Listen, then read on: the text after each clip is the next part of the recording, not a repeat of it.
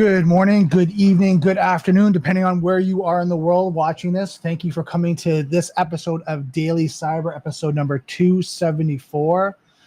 Today, I don't have a guest on today. Just a few things and scheduling and challenges happen. So today's going to be an Ask Me Anything, an AMA episode. So ask me anything that you want. I'm going to cover some topics that I have been asked offline and then bring them forward because I think they're relevant topics where I'm getting asked, from other business owners, SMB, as I'm doing my advisory, looking at, how the industry is going on right now. So going to go through some different topics, but also I'm going to answer any questions from the audience, anyone that's live and watching right now. So, post your comments if you're watching on Twitch or YouTube, post your comments and your questions, and I'll be able to bring them up and answer them as I'm going. So today's gonna be a nice, relaxing episode. Again, I'm gonna talk about some topics that I am being asked. Also, I'm gonna answer some questions from the community. So let's hack at it.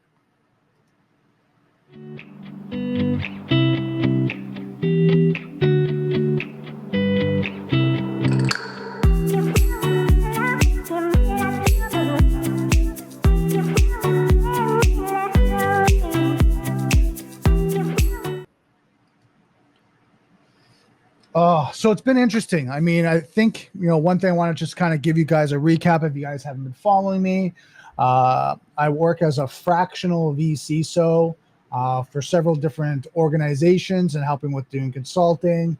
I've been in the industry for quite some time now, and it's been a journey, to say the least, from working on sales to instant response to, being rift from the organization that I worked at, and then trying to figure out, what direction and path I wanted to take, and then opening up my own business, which I had on the side. I shelved that, reopening that, and then starting doing consultations, working with clients, and really understanding the pros and cons of what I've learned from being in the industry, working with organizations, working with companies, doing advisory, and seeing the benefits and features and how they are successful in one area, and see other areas where I saw room for improvement, which I was able to take into my own business and be very successful quickly thanks to what I learned and what I took away. So I think, my one takeaway, anyone in the IT security field, is to be dynamic, keep an open mind. Don't be fixed on I am X, I am this. You are that in this moment. And as transitions happen, you take what you've learned from the organization, from people, process, and technology, and you grow. You grow into new roles, new opportunities. And I've been fortunate that some opportunities that have come to me have opened a lot of doors for me, from partners that I'm working with to a partner agreement I just signed this morning. Working on them, to one organization I'm working with, which is giving me a lot of exposure to different security programs, protocols, environments, expertise. So just amazing the opportunities I get, and being able to be on this stream to be able to share those with you guys. So what to look for, what to be able, the opportunities are out there, who to talk to. You're able to use the community as a network to be able to grow and make that career that you want to make. So some things I want to talk about today, I'm going to just kind of jump into a few topics. And, if there's any questions that pop up, I got Nat Fraser is my moderator. He'll chime in and just let me know. So one of the things I want to talk about, to start off with, is SME, the minimum cybersecurity essentials and requirements. I think one question I get asked frequently is, okay, hey, what do I need? I'm small manufacturer, small retail store, small healthcare, small financial. What do I need to look at? And one thing I want to talk about is looking and understanding your data, right? Because that's basically when you look at a ransomware, you look at an AC, a business email compromise, a network intrusion, a ransomware event. A lot of the times they're affecting either systems that have data around them, or they're affecting the data itself, where you're looking at encryption. So you're really looking at how do you protect these people, process, technology, and these systems that are housing or working with data.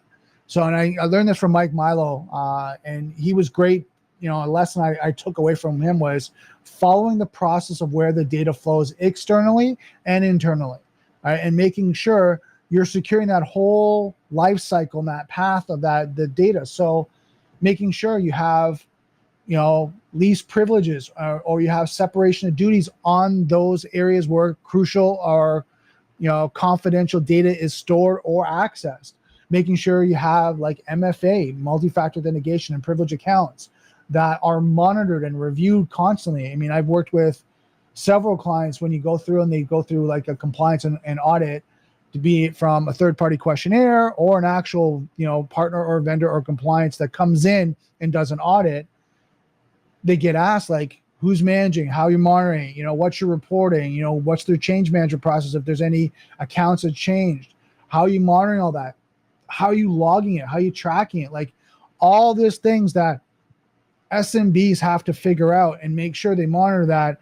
You don't give access to everyone and anyone, and limit the administrative roles, right? And what I mean by as administrators, technical administrators that have access to the systems, your servers, your applications to install data, making sure you lock that down, because if you can't measure and report on it, it's harder to track. Right? It's a lot harder to track and have visibility to it. So if something does happen, you might not know. If a threat actor gets access to a privilege account, administrative with access, you don't have these controls in place. You might not know when they got access, how long they've had access, what activity they've been doing. So really locking down privilege accounts, right? Multi-factor authentication, separation of duties. Endpoint protection. You're going to hear a lot about EDR, endpoint protection, right? Endpoint detection and response is what EDR stands for. And you hear about CrowdStrike, SentinelOne, WebRoot, right? I mean, the list goes on. Carbon Black.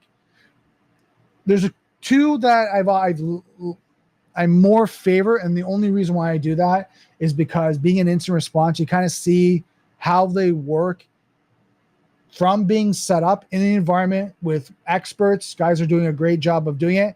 And then what's happened in an event to the point where after, when you're looking at containment and remediation, the two that stand out for me are SentinelOne and CrowdStrike. And I've used them and worked with them as an incident response, engagement lead and a manager at that in the previous company, and saw how well they work to be able to contain the environment, evaluate, assess the environment, look at, suspicious or malicious activity, and then start to contain it, and then start to look at making sure the environment's secure so you can start to restore the environment, not have a secondary incident. So understanding the endpoint protection tool that you use and making sure you're utilizing it to 80 to 90%, meaning you have it, fully saturate your environment to any endpoint or every endpoint that it will install on. And if it doesn't install on a certain endpoints, like say it's a Unix or Linux system, say it's a certain virtual machine that doesn't deploy on, whatever that may be, you have other mitigating factors or ways of monitoring those systems. But trying to saturate the environment, which means basically installing as many systems as possible. I know when I was working in incident response, that was one of our goals within the first 48 hours, is to saturate the environment that's had an incident with SentinelOne, CrowdStrike, whatever that may be, so we have visibility, so there's not any blank spots, right? There's not any dark holes, things you can't really see any activity, that the threat actor is not on a system that we can't get access to, right? Or at least don't have visibility to monitor. So being able to do that, and then monitoring the systems, looking at your logs, looking at your alerts, tuning it, making sure that your exclusion, list is monitored and reviewed on an ongoing basis, going back through it, making sure if you set any policies in these endpoint protections, you're reviewing your policies, as frequently as possible. SMBs probably quarterly, at minimum, if not more, just to make sure they're relevant, they're up to date. You're looking at, threat actor feeds, or at least talking to security experts saying, hey, we're seeing this different type of, threat actor, attack. We're seeing these type of compromises. You might want to tweak your endpoint protection to monitor for these areas, right? You might put some new rules in, making sure it stays up to date. So privilege accounts, separation duties, endpoint protection. Next, I want to talk about backups. One thing I've heard and various of, I back up my data on a USB and we put it in a closet or a drawer to, I have USB drives to Veeam and backup solutions. I recommend the more critical your data is, the more critical your business is, the more mature your backup solution is, right? And it's not only that your backup solution is in place, but you're testing it, right? I know I had Andy Moss here before talking about restoring hard drives, right, from DriveSaver. And one of the things you never want to be in a situation is where your backup drives are encrypted. You try to reduce that, attack vector, that you have offline backups, air gapped, they're immutable, so they can't be written to, and you're trying to do that and secure them so that, knock on wood, it doesn't even happen. But we always say it's not when, but it's not if, but when. If it does happen to you, at least you can restore from your backups. Yes, it's an inconvenience, but your backups are viable, that you can look at them, scan them, make sure there's no malware, and then start to restore your systems. So making sure you have regular backups, you're testing your backups, you're monitoring, making sure that the backups are viable so you can restore from them. Patch management. One of the things, I've worked with all different size organizations, and I think patch management is something that every organization I've worked with so far is striving to make sure they have the best patch management program, because with all the applications, all the software, the OSs that are in the environment, from Microsoft to Apple to you name it, right? You're looking at all these different types of, software solutions that majority of the time, unless they're end of life, like you're talking about Windows 10, need to be updated and patched. There's security patches that are constantly coming up. We've got Patch Tuesday for Windows. You've got all these things coming out that need to be updated, need to be patched, and need to be secure, right? Especially as you go from external facing, and I'm going to give you guys a little pro tip here. Anything that's external facing takes priority to be patched. So you got your external facing servers, maybe even external, like you have remote like desktop solutions. Some people use them, that they have desktops they remote into. Any of these that have external access should be hardened first. So you should patch first. Then you work your way back into internal. And you should work from external, critical, important, medium, low, and then next is internal, critical, important, medium, lows. So that's kind of the areas that you still want to look on patch management, and you want to look at servers first, and again, it's external. Then you look at desktops, laptops. Then you look at, smart devices. Is it important to know recovery time objective and recovery point objective for various business functions? Yes, it's important to know, especially when you're looking at business continuity and disaster recovery, right? You want to know how long it takes. And I'll give you an example. I worked with a client, I did a tabletop exercise, right? And we went through this process, and they were looking at the recovery time objective, recovery point objective, and they thought their backups, the recovery time objective for their backups to have the data available, which should have been 24 hours. That's what they understood. But when we went through the tabletop exercise and I had their vendor there who was supporting their backups, they ended up telling them, no, that's 24 hours for you to make the request, for us to now start to work on extracting the data into an actual physical drive, and then we have to ship it to you. So you're not going to get it to you until 3 to 5 business days. They're like, hold on. What do you mean? You said we would be able to be up and going. Your solution would be able to help us restore our backups, or help us restore from our backups within 24 hours. They're like, no, it's actually looking at exporting the data from our storage, our storage data center that stores it in an immutable backups and immutable, as well as I just ran a blank. Immutable, as well as offline, I'll call it air gap. So air gap and immutable. And then what happens, we have to bring them back, spin them up, and give you access, and then bring the hard drive. That takes 24 hours. So they were like, hold on. Like, that's not acceptable. We have certain SLAs, things that we have to get up, and we have to get these critical systems up in 24 hours. So they had to look at their recovery time objective, recovery point objective, and reassess that. So to your question, it is important to understand your critical systems the impact on those critical systems, and you look at two sides.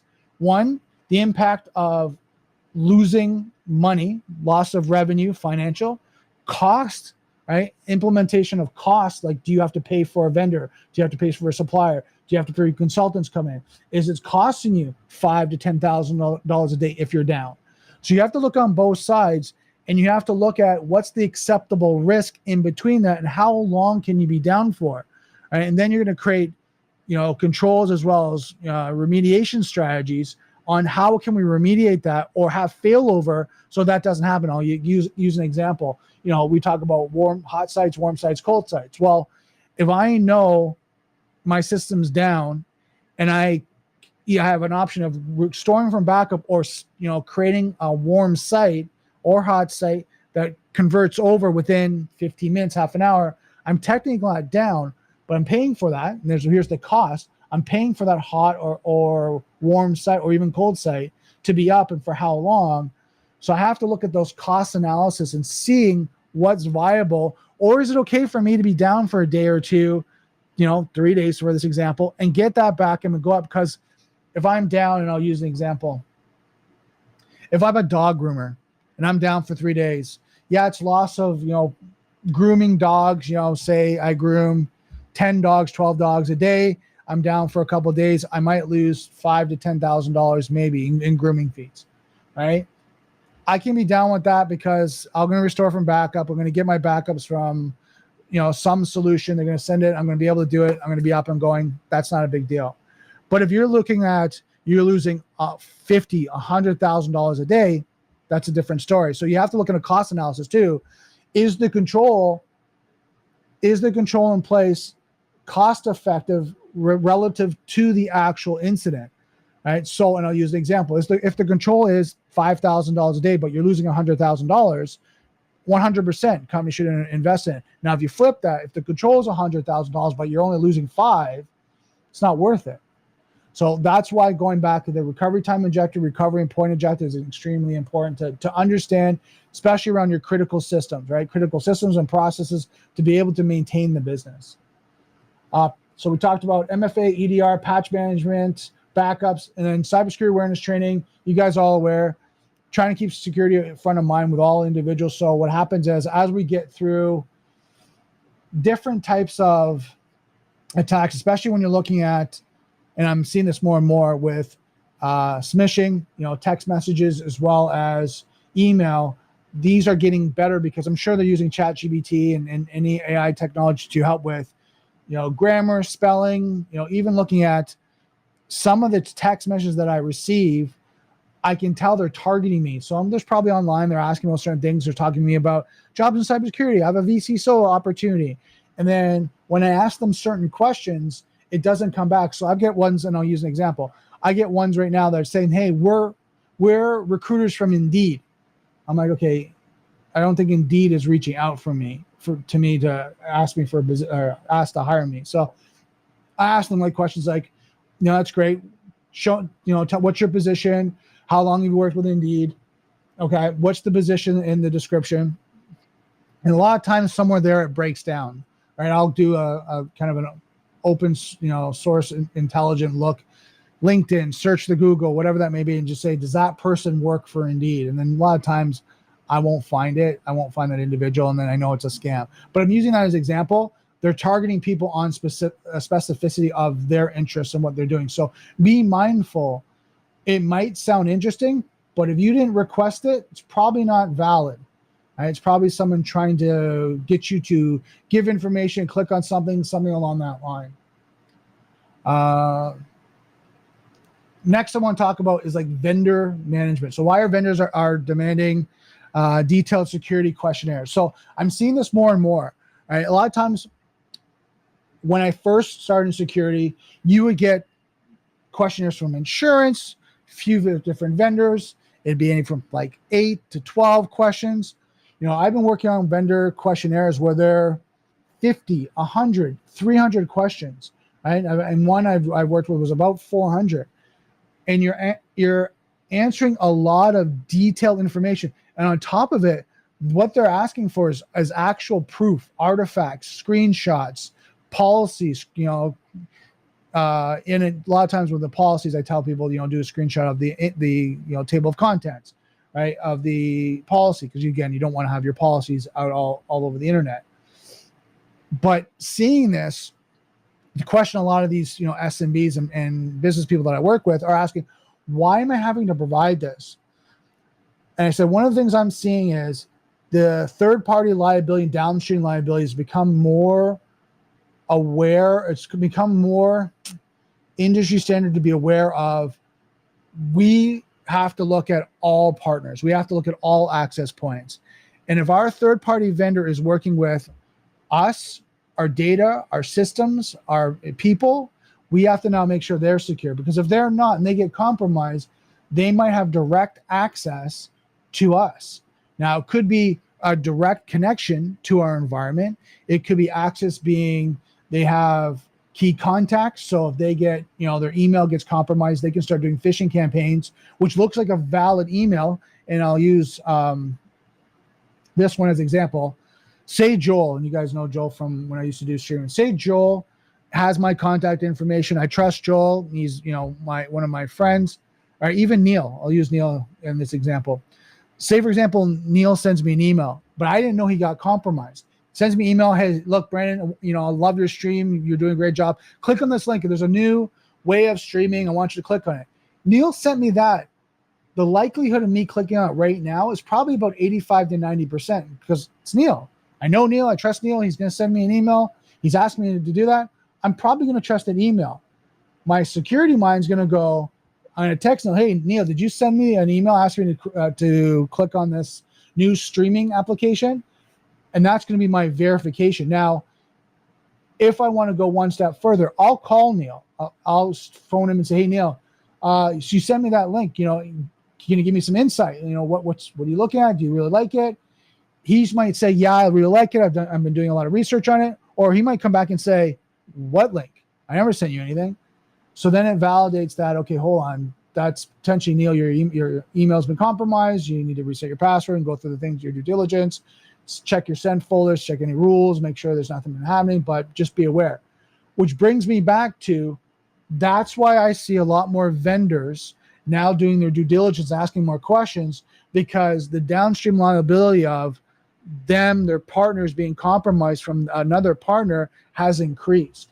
So they're now asking more questions, and they're being more mindful too of, how is their systems and data being protected? So I'm not getting asked a lot of questions about encryption, data storage, data at rest, pen testing, compliance, SOC 2, type 2. I'm just trying to think of anything else. Of course, your security controls, endpoint firewall. Do you have DLP? Things along the line. Do you have a mail filter, proxy? Kind of the common things you'll see in these questionnaires, but they're very detailed, and they want to see screenshots and artifacts of them. And here's my personal opinion of why. They want to see if you're managing them properly, because there's going to be ones where they ask you for a screenshot, and they're going to ask for logs. They're going to configuration, and if they see configuration 2010 and it's 2025, they're going to go, okay, hold on. Do you not review these at least annually to go through and make sure they're up to date, they're the right configuration? Because there's got to be changes in the environment. There's got to be updates. Things have changed monthly, daily, yearly, some of these security configurations. So haven't you done your due diligence and gone through it? Don't you audit your own controls? So something to really think about as you're going through and you're looking at compliance and regulatory, third-party management. Now, for SMBs and small companies, if you don't have a third-party management program in place, I highly recommend talking to someone to say, okay, what do I need to do to assess my current vendors, right, my partners? What questions do I have to ask them? Where do I, catalog that and manage that properly? When do I go back and review them, right? And then, how do I validate that they're the right partners for me? Because it's no longer about business to business relationship. You do X, I do Y, we should work together. That's great. There's that area in the middle that now you have to look at security, right? You have to make sure the relationship is secure and protected for both parties, not just from your partner, not just from yourself, but both of you guys are protected, because If it is, then you guys will have a great business relationship, you'll be able to grow. But if there's ever an incident, now the question becomes, oh, now you've been compromised. Which brings me to my next topic I wanted to kind of go over is instant response. Now, speed versus strategy. So I'm going to take a pause there for a second. What do you guys think when he looks at instant response? Do you lean more to speed or do you lean more to strategy?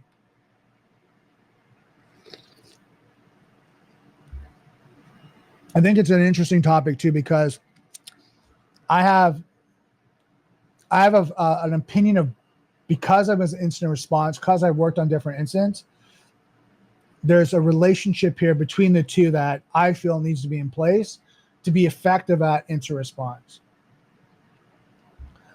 So here's my personal opinion. So I wanted to give you guys a minute or two to see if you guys had your own opinion. I think when you're setting up your instant response program and you're looking at tabletop exercise, your instant response plan, your policy, right, your run books, right, I totally agree with strategy. I also agree that you run that strategy in an incident, but I believe this: you have to be effective of doing that so you can be efficient and do it quickly to be able to respond.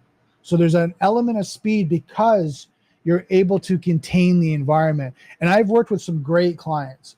I'll give an example. I just finished an executive incident response program with a client. We went through, reviewed their policies, updated their policies, made sure that they were up to date from business continuity, disaster recovery, incident response, went through it with the team, saw some gaps, did some modifications, got everything, tuned up, went through training of an incident response, life cycle from when they've detected incident to getting their insurance on the phone to being in front of, counsel, breach coach, insurance, getting scoped, all the way to debriefing from the incident. So if you look at the incident response life cycle, do that whole thing. Went through the training, answered questions, got them the date, made sure they were ready. And then we went through a tabletop exercise. Went through that, gave some recommendations, some areas where they need to improve. About 60 days after, I'll say roughly 45 to 60 days after, I got a call that they said, hey, we had an incident. We wanted to go and debrief you about it. What I heard from them was something I was proud of them, so proud of them. They were able to get alerted and contain the actual incident, right, within 30 minutes of the actual alert. So they're able to investigate, go through their due diligence on false positive, false negative. This is a real incident, contain the actual system, lock it down, keep it up to disable the network card, keep it contained, look at the external environment, block certain IP addresses. They did all that within 30 minutes and contain the incident where they saw there was artifacts that this could have been a ransomware event.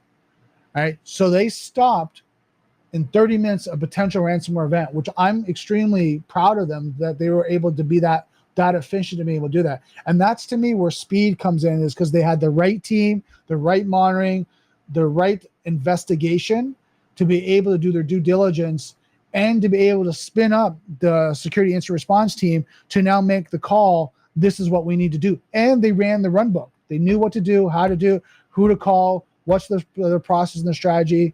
Contain the system. Don't shut it off because they want the memory to be able to, if they have to do any forensics investigation, so keep the system back up, but disable the network card. Scan the environment, see if there's any other suspicious activity. Look at external IP addresses. Look at geo blocking. Like all that stuff they went through.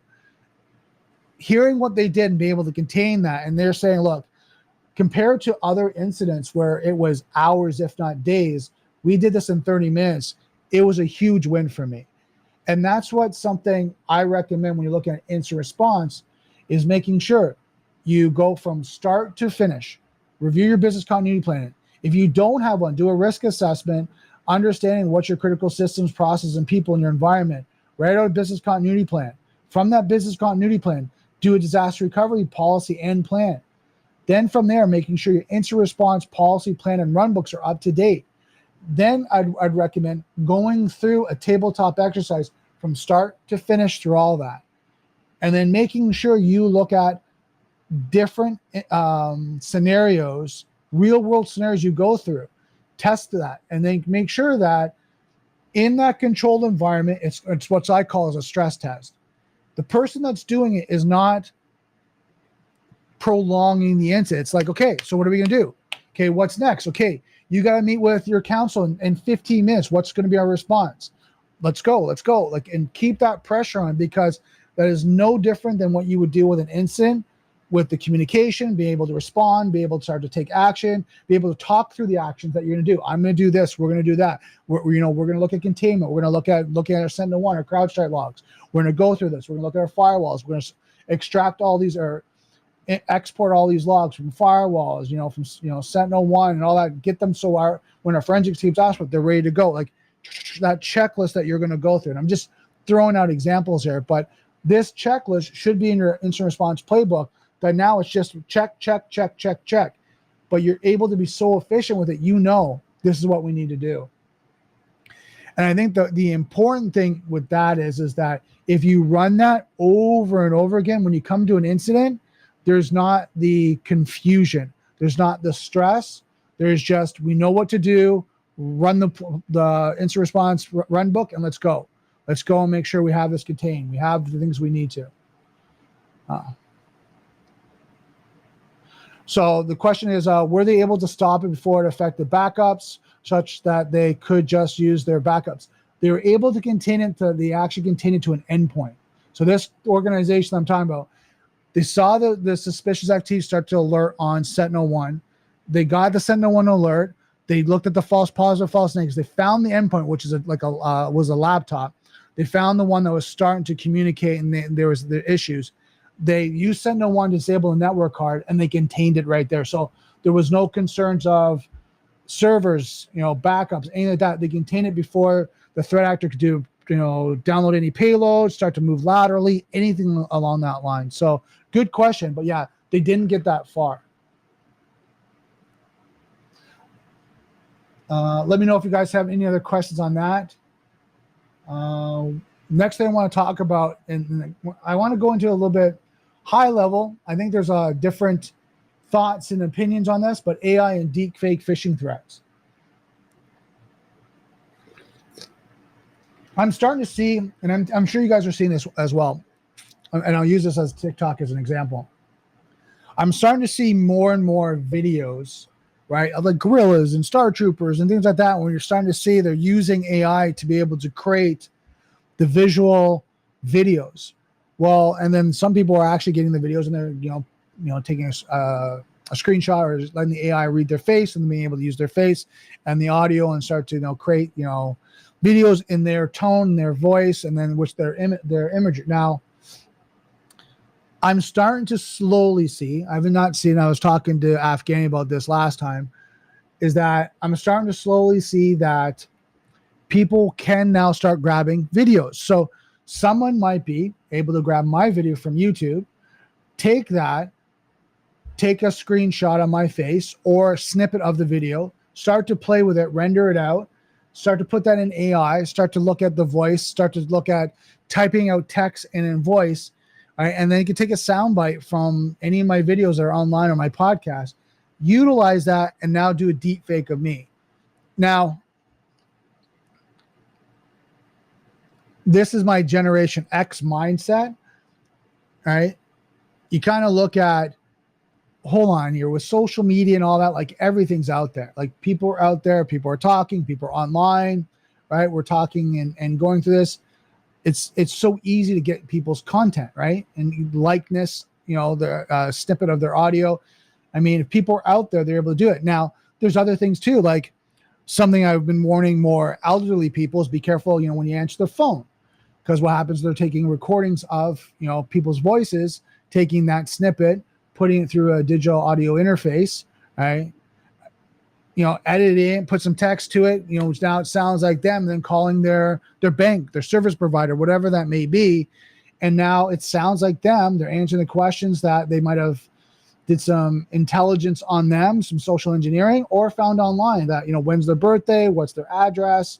Now they're answering their security questions, and now they're into that environment. So something I really be mindful of is just looking at different security measures that you have for your family, right? And I'll use the example.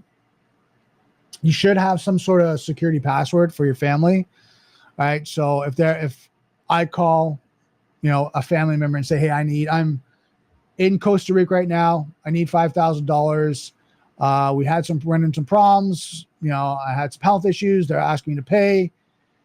My family member should be asking the password that we have as a family to validate that's me. If I'm not able to give that, then they know it's a scam, right? Even though it sounds like me, it has the same cadence, they're saying the right things. I want to make sure that they have this password that they know it's not me. Because we've heard stories, and I'm sure you guys have, is where people get calls and say, hey, John's been in a car accident. He needs medical attention. They're saying that it's going to cost us $20,000. Can you help us out? We need to get the money. We'll need to make at least a deposit. Can you send us some money? And they get people in a panic state. So they have to make a decision. And it sounds like them. It's going to be them. And then you hear stories where people say, okay, let me call you back. And they call the individual. And the individual's like, no, I'm fine. There's nothing wrong with Johnny. There's nothing happening. What happened? I got a call. It sounded exactly like you. You're saying that we needed money. So be very mindful of how this is going on. And then, like I said, password for colleagues, friends, businesses that you guys know and share amongst yourselves. 2, be due diligent. Don't answer the phone if you don't know the phone number. Right? Let it go to voicemail. Right? If it's someone that text them, call them back. When people start bombarding you with, and this is something a little bit harder, right, to be mindful of, but something to think about. If someone calls you in a stressful state and it's like putting pressure on you, take a breath. Take a breath, take a stop. Even if you have to hang up, right, and call them back, do that. Don't get in the same state they are, because you'll answer things you normally wouldn't. You'll say things you normally wouldn't say, right, because you're kind of in a stressful state. So you're in a fight or flight, so you're going to respond, right? If you're in a calm state, you're more sympathetic. You can kind of go, okay, so what's this about? Sorry, who's this? And what's going on? Right? And then you can be able to decipher, yeah, this is just a scam, and just hang up, right? And if it's real, right, then you deal with the situation. And this goes back to security maturity across the board. MFA, make sure you have MFA on all your accounts, any personal accounts or business accounts. I'm going to get on a little bit of soapbox here. Make sure you have a password manager if you have a lot of passwords, right? You can use passphrases, right? I'm seeing more and more people using that, but don't use the same passphrase over multiple sites, right, and platforms. It's going to be harder as you start going. You have, like most IT security guys have 30, 40, 50, 100 sites they have passwords for, right? And having the same password phrase for one. Well, here's the thing. If that password phrase is on a site that gets compromised and that passphrase gets out, and that's the only passphrase you use, and now that threat actor can go through and start testing them in others, and all of a sudden they start to pop your other accounts, your security is pretty shitty. Let's just put it that way. All right. You need to have different phrases, different security for different platforms, different solutions, different technologies, logins, because again, you want to be secure. And that's why I recommend having a password manager. Now, my soapbox is I was using LastPass thinking, okay, they got compromised. But the encryption didn't get breached. The passwords are still secure. But over the last year or two, I found their support was just terrible, right? Updates and things like that. LastPass wouldn't work on certain devices. What was I using on? I can't remember. It was conflicting with another device. I'm like, okay, you know what? Like, guys, I logged a ticket. I just have a question. I'm not even asking like to reinstall and uninstall and doing all that. I'm just a question. Is there a bug or something that I need to know? And it took me weeks to get a response. Like something they could say, yeah, there's a bug, or no, there's not. It might be something on your device, like you need to look at updating, whatever. It could have been a quick fix. So eventually what happened was my wife's account got locked out. Don't know why. She had her master password. We had it secure in another password manager. So we had it. She was trying to log in, and all of a sudden it stopped working. And they're like, "Yep, you're out of luck. Sorry, you made a mistake in the password." Like, no, she's been logging up until 12 o'clock, same password, and all of a sudden now it's saying the password doesn't work. You have to reset it. Go through the reset process. It says you can't reset it. Logged a ticket. They're saying, yeah, no, you got two choices. Either one, delete LastPass completely and start from fresh, or just delete it and stop using LastPass. So I said, all right, we'll stop using LastPass. All right, so I migrated over to another password manager. But if you use LastPass, and still like it, that's great. I would recommend staying away from it. Just their support and what they've been doing over the last little bit with it hasn't been something that would meet my criteria for looking at a solution to be able to provide someone. So I wouldn't recommend to my clients or people I work with. I know a lot of organizations that are starting to look at password managers are shying away from LastPass because of the support and what I deal with as a vCISO advisor. I wouldn't recommend LastPass, or I wouldn't recommend anything else except them. Which brings me to my next topic, right? Is vCISO life.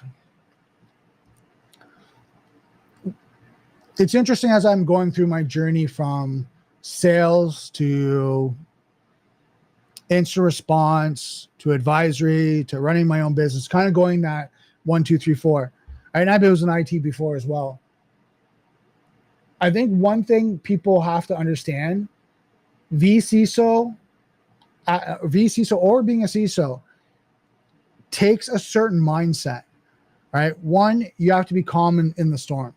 You have to be the one that when things are blowing up, people are upset, stress is going on, you have to be the calm in the storm. You have to be the one that has the level set head, asking the right questions, making sure you have the process in place, making sure that you're driving what needs to be done, be it security controls or policies, documentation, or the incident, whatever that may be.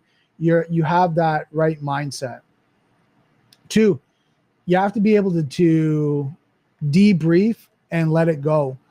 I know when I was working with instant response, there was incidents that would keep me up at night, to be honest with you, because you're thinking through it. Could I have done that different? Could I have said that differently? Was there something that we missed in that incident, right? All these type of questions where I'd wake up at I'd go to bed around 12, I'd wake up at 3 and just thinking through it. Well, as a CISO or vCISO, you can't do that. You can't burn yourself out. You got to be able to debrief, let go, and then keep moving on and learning, right? You want to learn from it, of course, but you want to debrief and move on, right? You don't want that to hold on to you, right? It's lessons learned.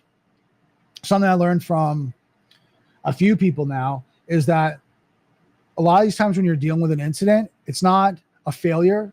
It's an opportunity to learn. Like, what did you learn from it? Did you learn that the policies were in place, the controls were in place, they weren't reviewed properly, that you didn't have the right team that was managing? Like, what does that mean? And then how do you improve that? What are the changes you need to make? Right? That's, for me, is the mindset of a CISO and a vCISO. How do you fix that? And what's your timelines? Like, how quickly can you fix that? Right? Is it critical systems, critical monitoring that you need to fix that like immediately? You need to have the right people, or something that over time and distance you can start to implement, right? You can start to look at, okay, I need to have these in place. I need to make these changes. Like, and I'll use an example. Policies and documentation. Totally agree. They're a necessity for business, but they're not the key thing that protects organizations from the technical attacks. It's the security controls. Security controls take precedence versus if you have to write a policy or harden that control. Hardening the control takes precedence, right? Time and time again. And that policy needs to be pushed out a little bit so you can harden that control.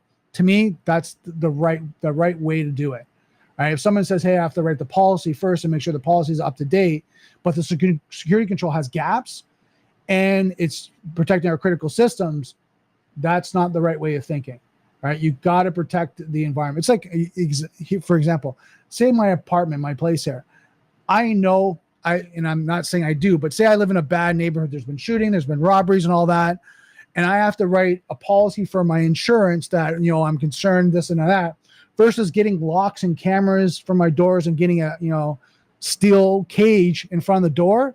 I'm doing that before I go and update my policy time and time again, because then I'm more secure and I have more time to do that. So making sure you have that, the right mindset, the right focus, making sure you're thinking on two levels. As you grow as a CISO, there's two mindsets you need to have. You have to understand the business and you have to understand the actual technologies, security, IT, your security controls, the infrastructure. You have to understand both. And you have to be able to be collaborative on both sides. Where I've seen the challenge of being combative on one of the other sides, combative with the technical team. You need to get this done. Like, this needs to be done right now. Like, what are you guys doing? Combative on the business side. You guys are not doing this. You guys need to protect the business organization. You don't know the liabilities and security risks and challenges that we're going to run into. Either way, you're combative or adversarial on one side, you're not going to have any benefits. The better way to do this, in my opinion, is to come in curious. So what have you guys done so far? What have you seen that has worked and what hasn't worked? And the things that haven't worked, what were the challenges? Okay, what can we do to improve? Technical team, senior leadership. Okay, what's on your priorities right now? What's critical for the business? Are we concerned about risk and liability? Are we concerned about these, systems going down? Getting those understandings so you know how to talk to them and be a partner versus an adversary. Because it's interesting. I talked to a colleague of mine and we're talking about, what's the difference between being a manager, a director, or executive? And I said, one of the big keys is the relationships you have with your team as you grow up. As you go from manager to director to VP to, C-suite level, it's to relate. One of the key things, and there's other important aspects of those roles, but one is the collaboration you have with those leaders that you work with, because it's stressful enough as you move up in that levels, at that level of position, to manage the business, take liability, look at the risk, understand the financial responsibilities to increase profits, reduce, costs, doing all that while protecting the business, while keeping it growing, while helping with the shareholders and making sure they understand, the board understands the growth and you're keeping in line with them. Like, all these aspects, they don't want someone that's going to be combative in that relationship. They want someone that's going to work with them, that's going to be supportive, right? And is in the same fight that they are in, right? To make sure they're doing that. And that's, as you get into the vCISO role, you understand that. So you understand it's not about my opinion. It's about how I can work with them to make sure we all get what we need to move the business forward, to help to protect the organization, to reduce risk and liability, to help profitability, to do that. And then can we work together collaboratively in a structured time? Meaning, is it project plan that we have, that's going quarter to quarter? Is it annually? Is it, over the next couple of years? How are we doing that as a team that we can keep improving the business? Now, there's going to be some organizations you're not going to be aligned with, and that happens, right? Those are organizations that might not be a good fit. There's other organizations where I've worked with where it's amazing. It's an amazing relationship, because the respect that you have for each other and what each, C-suite, role is responsible and what that individual is focusing on, and being able to support them in that just creates a strong relationship. So when you need something for security side and say, look, I need to start looking at, and I'll use the CFO. Say I've been helping the CFO working on the budget, making sure that, everything's, balancing out for my department, going through that. And then I go, hey, look, I need to do my budget right now and look at, my procurement for next year. Can you help me kind of look at what are our costs over last year? What are our costs of quarter? What we have, what's kind of the spend I'm going to have for next year? Where I'm going to allocate? What am I, what's my OPEX and CAPEX expenses. Let's kind of work through that so I understand that. So I have a forecast of my current budget and what I'm doing, and then I can forecast what I'm going to be using for next year or what I have available to me. Right, and what I can convert from Q4, say it's this year, Q3, Q4 to Q1 of next year, right? And I can start moving that forward to the next year's budget while looking at security. The next things, okay, so we talked a little bit about the vCISO life and security and kind of that and the business mindset. The other thing is, one thing I know a lot of VCs are doing more now is self-care, working out, eating right, taking care of yourself, taking breaks, not burning yourself and running 24/7, right? Having that work-life balance is important because you got to come at a high level, right? When you come into a meeting, when you come into an organization, the level of knowledge and expertise that they are expecting you to have is pretty high. Now, sometimes you're not going to know things. You're going to bring it offline and say, look, I'll get back to you. But at the end of the day, you're going to have to go back to each meeting and be on point, answer questions, listen, document, take action, or even start creating plans and strategies to help that organization start to work on that next level.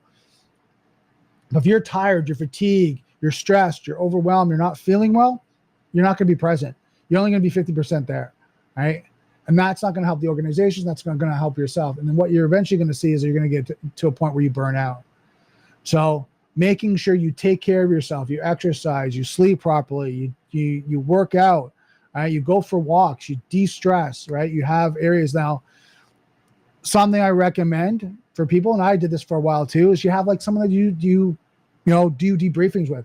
Could be a therapist, could be a colleague, could be whatever, but someone you talk through things that you're like, okay, that's bothering me, that's kind of on my mind, that's been affecting me.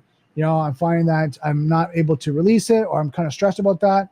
Having someone that's an outlet that you can talk to that either one can help you level set or just be a sounding board for you to make sure that you are de-escalating and you're able to be present with your clients and being able to work through things, I think is key to being a very successful and maintaining a career as a vCISO or a CISO. I'm just looking through to see if there's anything else I missed. I'm going to add something on here for the vCISO life. Making sure you work on your soft skills, meaning you're listening, you're questioning, right? And question means answering good questions to understand, not to accuse. Like, why did you do that? Why is that there? Those things, when you look at those questions, will put someone in a confrontational state, then you guys will get in debate, and that's not what your objective is. Can you help me better understand why was that implemented? That's a better question. I am a first time watching. I have a question, but it's more business related. I've spent last 5 years working mainly technical position. At the start of the year, I started in a new company where I'm slowly being introduced to audits such as ISO 27001, SOC 2, BSI C5, etc. I'm thinking about starting my own business as a side job, as a consultant. Where would you begin if you had to start over to make yourself visible to companies? And what would you do to make sure you are prepared for it? Okay. This is great. So because you're being introduced, I've worked in last 5 years working mainly technical positions. So you're being introduced into compliance, regulatory, security frameworks, right? Compliance, controls. I would spend at least 5 to 6 months and try to master the process and what's being asked, right? When you're going through an ISO 27001, what do you have to collect? How do you collect that documentation? What's the questions that are being asked? What's the artifacts? How do the systems, what systems are going to be assessed and what systems are acceptable not to have, right, in the environment because of the size of the organization, right, or the type of organization. I'll use an example, software development lifecycle. Sometimes what happens is some of these compliance and regulatory ask for, hey, do you have a software development lifecycle policy, a process? Well, they don't develop software. They don't do coding. They don't do any programming, nothing along that line. So that's not part of it. So sometimes you need to know, will that fit the questions or requirements that they have for certain compliance or frameworks? is that relative to their business? So you need to know that. How is all that collected, documented, the timelines? How do you submit that? Working through that whole life cycle, when you understand that and you can document that yourself, then I would start looking at doing it for other organizations, right? And I start looking at being a consultant of small organizations, saying, hey, are you going through a SOC 2 type 2? Are you going through, trying to think, OWASP for programming? You're going through ISO 27001. You're going through NIST. Trying to think of the other one. There's a one for the government. There's a government compliance. I'm running a blank, but there's one for the government that if you're running through these, you want to make sure you understand the process. You understand how to document. You want to understand how to collect artifacts. You want to be able to advise them on how to do that. And then you want to make sure you can actually defend when things are not applicable. Like, for example, software development lifecycle. I've been asked by many different auditors, well, hold on, you didn't provide that. You didn't provide a software development lifecycle policy, run book. You don't have that. What do you use? Waterfall or do you agile, or what type of programming do you do? We're like, we don't do. This organization doesn't do any, software development or programming in that sense. So that's not applicable for us. Oh, have you ever done in the past? No, we've never done it in the past, or it's not current in the future of this business because they do this, this, and this, right? They're a retail business and they have a proof of a point of sale unit. They have inventory, they do that, but they don't develop software. I'm using that as an example. But you have to be able to defend it. So that's where I would start. The next thing is when you do these, you want to know the time it takes. Because as you're advising clients, you don't want to say, hey, I can do an ISO 27001 and it takes me 5 hours. When you have to do an initial assessment to see where they are in comparison of being able to be audited and get their certification. If they haven't done anything, they don't have any security controls, it could take you 18 months to get them up to speed to be able to do that. From security controls to policies that they have to write to training and education, it could take you 18 months. Well, and you're saying it's going to take me, 5 to 10 hours to do it. You're not aligned. You don't understand what it takes.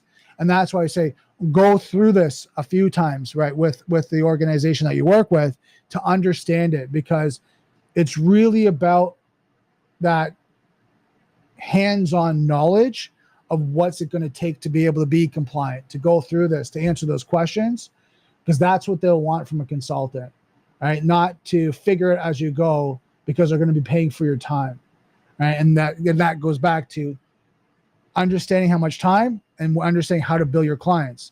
Are you charging them $80 an hour, $150 an hour, $200 an hour? What's that right ballpark that meets for your demographic of client? Because you might get an SMB and say they're doing ISO 27001. They haven't really started. It's going to take 18 months and they want to work with you for 4 hours a week. That might be like $125 an hour type engagement, right? And you're looking at, okay, that makes sense. But if you just went and charged them $500 an hour for an SMB, they're like, yeah, we can afford that. Doesn't make sense. So hopefully that answers your question. I know we covered a lot of great information. I want to thank everyone for coming out, and a lot of great questions you guys have asked. Just so much going on in the industry. Just make sure that you're staying up to date. You're asking good questions. You're keeping connected to the community. You're really kind of looking at what do you really need to do to be an expert in your field and your area of cybersecurity. And there's many different areas, right? Many different areas of cybersecurity to get into, right? There's no one perfect, career path. You can be a consultant. You can be an advisor. You can be compliance. You can be in, MGRC, which is managed governance, risk, and compliance. You can be in threat hunting. You could be SOC. Like the list goes on and on and on. All I recommend is stay consistent, stay learning, be curious as you go through, and then you'll just keep growing your cybersecurity career, and it will go and like slow. And as you start to become more of an expert in your area, it'll be like a hockey stick. So I want to end this daily cyber to say thank you so much, guys. I really appreciate you hanging in there with me. It's episode 274. I'm really excited to share my knowledge and experience. So don't forget, Software's hackable. Being connected is vulnerable. I'll see you next Daily Cyber.